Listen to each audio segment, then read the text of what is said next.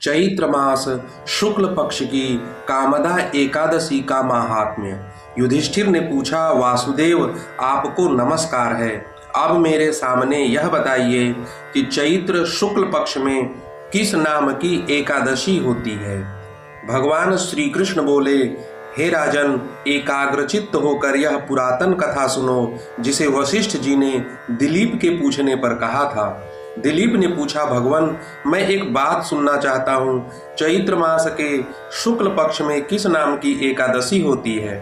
वशिष्ठ जी बोले, राजन, चैत्र शुक्ल पक्ष में कामदा नाम की एकादशी होती है।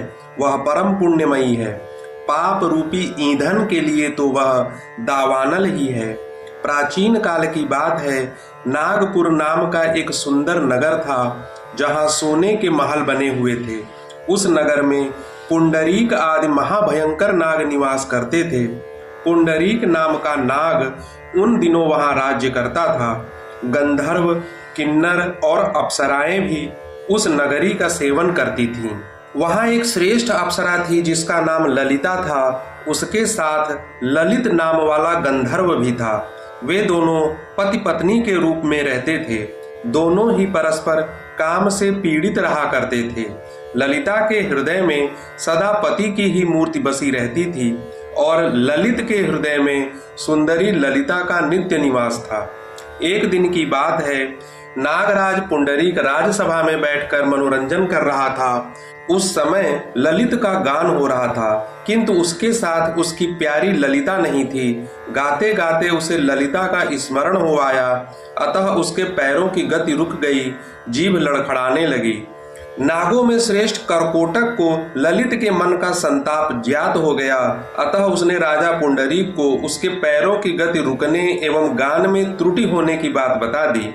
करकोटक की बात सुनकर नागराज पुंडरीक की आंखें क्रोध से लाल हो गई।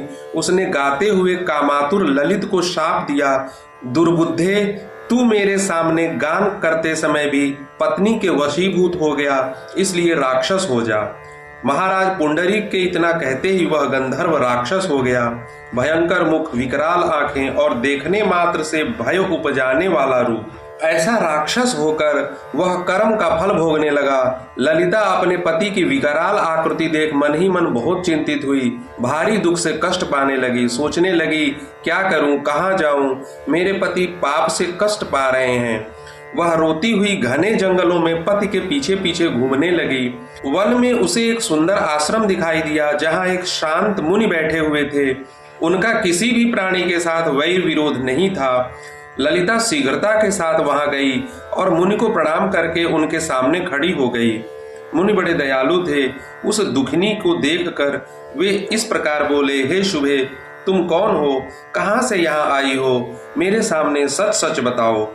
ललिता ने कहा, महामुने, वीर धनवा नाम वाले एक गंधर्व हैं। मैं उन्हीं महात्मा की पुत्री हूँ। मेरा नाम ललिता है। मेरे स्वामी अपने पाप दोष के कारण राक्षस हो गए।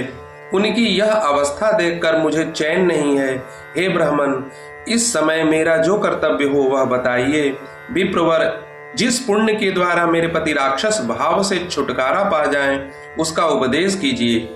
ऋषि बोले, भद्रे, इस समय चैत्र मास के शुक्ल पक्ष की कामदा नामक एकादशी तिथि है, जो सब पापों को हरने वाली और उत्तम है। तुम उसी का विधि पूर्वक व्रत करो और इस व्रत का जो पुण्य हो उसे अपने स्वामी को दे डालो। पुण्य देने पर क्षण भर में ही उसके शाप का दोष दूर हो जाएगा। राजन, मुनि का यह वचन सुनकर ललिता को बड़ा हर्ष हुआ। उसने एकादशी को उपवास करके द्वादशी के दिन उन ब्रह्मर्षि के समीप ही भगवान वासुदेव के समक्ष अपने पति के उद्धार के लिए यह वचन कहा, मैंने जो यह कामदा एकादशी का उपवास व्रत किया है, उसके पुण्य के प्रभाव से मेरे पति का राक्षस भाव दूर हो जाए। वशिष्ठ जी कहते हैं, ललिता के इतना कहते ही उसी क्षण ललित का पाप दूर हो गया। उसने दिव्य देह धारण कर लिया, राक्षस भाव चला गया और पुनः गंधर्वत्व की प्राप्ति हुई। हे नृपश्रेष्ठ, वे दोनों पति पत्नी कामदा के प्रभाव से पहले की अपेक्षा भी अधिक सुंदर रूप धारण करके विमान पर आरूढ़ हो अत्यंत शोभा पाने लगे। यह जानकर इस एकादशी के व्रत का यत्न पूर्वक पालन करना चाहिए। मैंने लोगों के हित के लिए तुम्हारे सामने इस व्रत का वर्णन किया है। कामदा एकादशी ब्रह्म हत्या आदि पापों तथा पिशाचत्व आदि दोषों का भी नाश करने वाली है। राजन, इसके पढ़ने और सुनने से वाजपेय यज्ञ का फल मिलता है। नारायण नारायण।